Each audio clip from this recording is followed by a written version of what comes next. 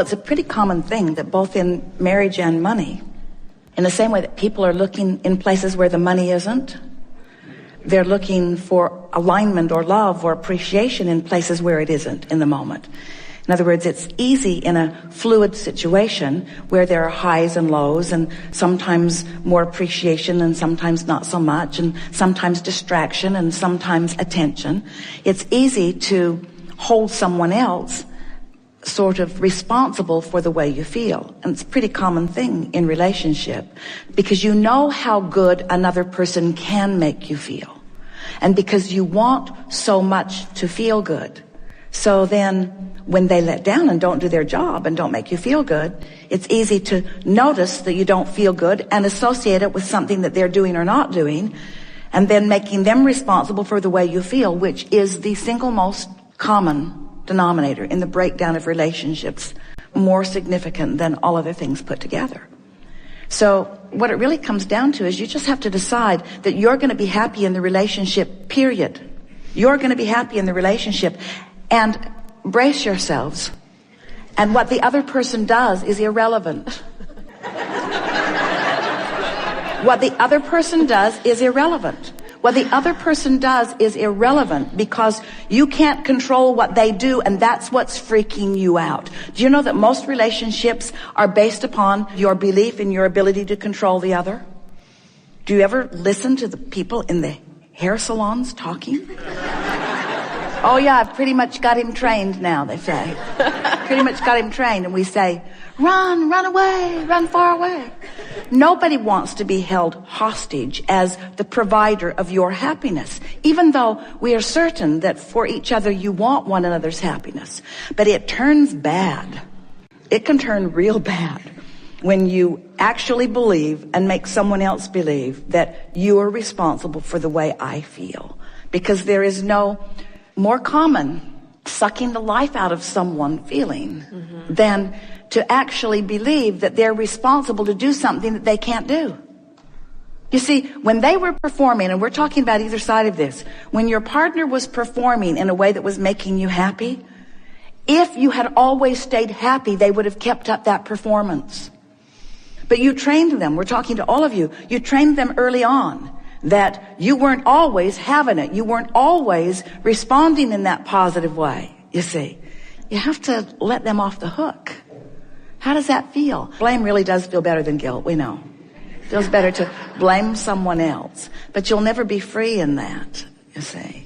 You're not the only one who is looking. He looks to you for that as well. Yes. And gets bent out of shape when things aren't going his way as well. Everyone does. But there is no freedom in that, and there is no long-standing stability in that either. And we know it is so nice to have someone that is so lovely to be with, but then you are like a puppet that someone has let go of the strings if you have become dependent upon that. You have to find it. So when you decide to just give up trying to control anything, give up trying to control their behavior, give up trying to control their actions, give up trying to control their beliefs, give up trying to control their vibrational patterning, give up trying to control it, and just tune in to this source that is you. Gain the leverage that you always gain from alignment, and radiate your signal, which if they're ready for it, they'll catch hold of. And otherwise, words don't teach, you see. You just gotta know it and live it. And as you know it and live it, those who want to know and live what you know and live will gravitate to you. Yeah. They will find a way. Law of attraction will show them the path, you see. Yeah. So let's say you've gathered a group of people that have come to a prosperity seminar, and you're wanting to express to them what you know. We would say, I want you to forget everything that you think you know about where you stand in relationship to where you want to be. Because I know for sure that you have a distorted view of yourself. So I don't really want to talk too much to you about where you are, because I am assuming that the fact that you're here means you want something different.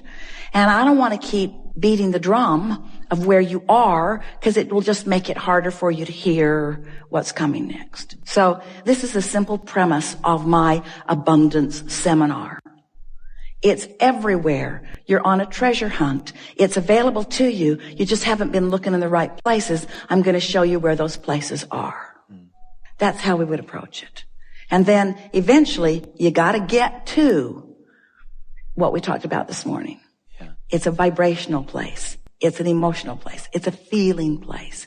Abundance is first a feeling. Without the feeling, the evidence cannot come. But once you get the feeling, then the absence of the manifestation, the sting is gone, and then the fun of watching it begin to roll in. You've experienced it. We know you have. Especially when you're new to this material. When you're new to it, your expectation is greater, you see. And when your expectation is greater, then your desire moves faster into fruition. When you want something and you believe it, and you're on your way to it, and you're joyfully romping down the path on your way to it. When you go on vacation or you get on a journey, you get out on the road going someplace, you're not there when you first start, but you don't freak out because you're not there. You expect there to be some journey along the way, but we have to say, friends, we love you very much. You know what's coming after that phrase? We love you very much, but you do complain on your journeys. You do. You complain on your journeys, and we take that as a good thing, not as a bad thing. We mean it as a compliment in this sense.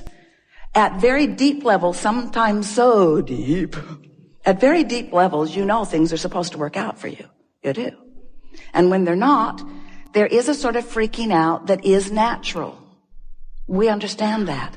But we want you to know a whole lot is working out before there is a manifestation that you can show to others.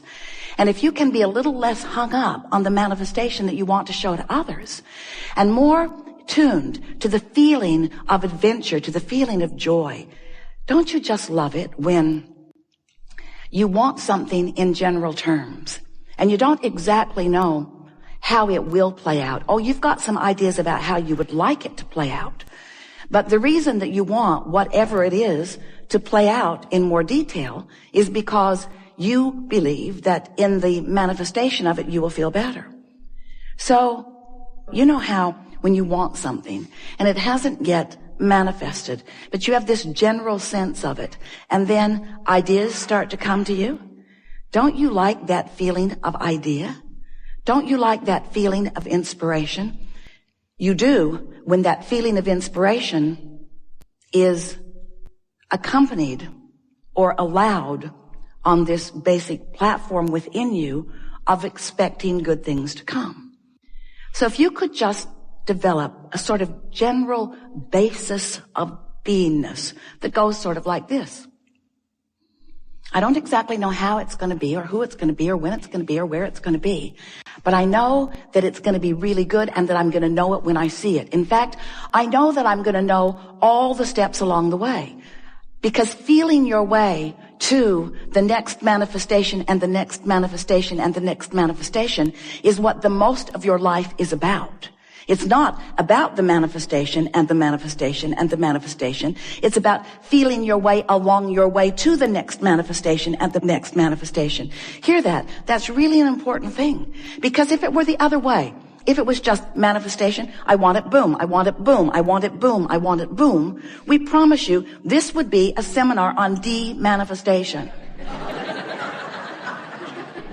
I have 487 cars, Abraham. The oil is seizing up in most of them because I can't get to them every day. I have more property than I have been able to visit. The rats have moved in. I have more stuff than is manageable. That is what you would say to us. There are more people in my life and there are more conversations to have than I have tongue to have them with. That's what you would say to us. But when you let your world be a vibrational world, which means it's an emotional world, which means it's a thoughtful world, now your world can be one that vacillates between comfort and ease, and power and certainty, and eagerness and clarity and passion and love and joy. In other words, you're up there on that end of the emotional scale. You're not having to dip into the contrast because you have enough contrast in that good feeling end.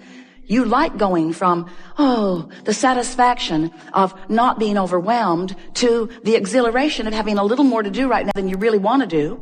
In other words, that's really a nice blend of emotions, and you have the ability to control yourself in that way. But you've got to stop. You have to stop making it about the manifestation and begin making it about how I feel right now, how I feel right now, how I feel right now. Because you don't have control over the manifestation because you haven't exercised control over your vibration. But if you start making it about exercising control over your vibration, control over your emotion, control over your thoughts, control over your words, control over your general approach to physical life experience, what you're going to begin to notice is that you have control over all of the specifics of your life. Not just what, but where. And not just where, but who. And not just who, but when. You get to dictate every single part of your experience. You get to call the shots. You are the only one that ever calls it in, and you're the only one who ever holds it out and keeps it from coming. So do you have any idea? We do. And we're not mocking you. Well, a little. Do you have any idea how many experiences you have called to you that you're not allowing to flow with the ease that is possible? And do you know the one reason why you're not allowing these things, experiences, people, places, events, circumstances, dollars to flow to you in the way that you want? It's because you are fixated on the observation of what is. And you are letting the absence of what you want in your what isness dominate your vibration, set up a vibrational field that holds it apart. So you've got this pull, push, pull, push, pull, push thing going on. I want it, but I want it now, and I want it yesterday, and I want it so much, and the not having of it has me upset. That's basically what your vibration, most of you, we love you so much. But we thought you might like to start this new year off knowing how to create your own reality. Because nobody else is creating your own reality, you see. That's why it's called your own reality.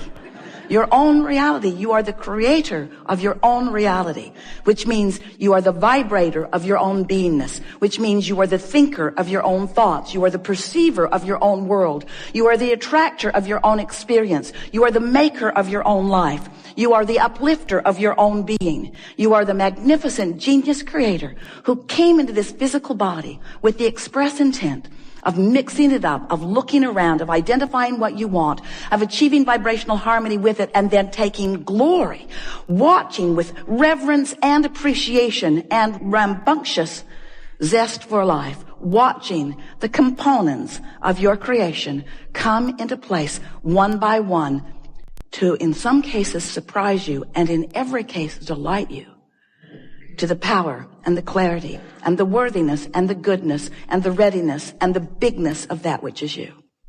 We love visiting with you. We like so much a group like you gathering together, people all around the world. We're pleased that you're there too. Listening to our rampage of appreciation of the life that you are living. Your life that you are living. But you can't live your life without those like us benefiting from your exposure to your life. Because when you look around and you have experiences and you revel with delight in some of them and you shudder in discomfort at others, in every case, whether you are cringing or applauding, you are focusing energy that is creating worlds. And as you do that, we're all in on it. We get to participate with you. That thrill that you have is our thrill that you are interpreting. But when you feel bad, that's you interpreting the absence of us. Absence isn't the right word because we don't go away. It is your pinching yourself off from the vibration of your source. That is really what negative emotion is.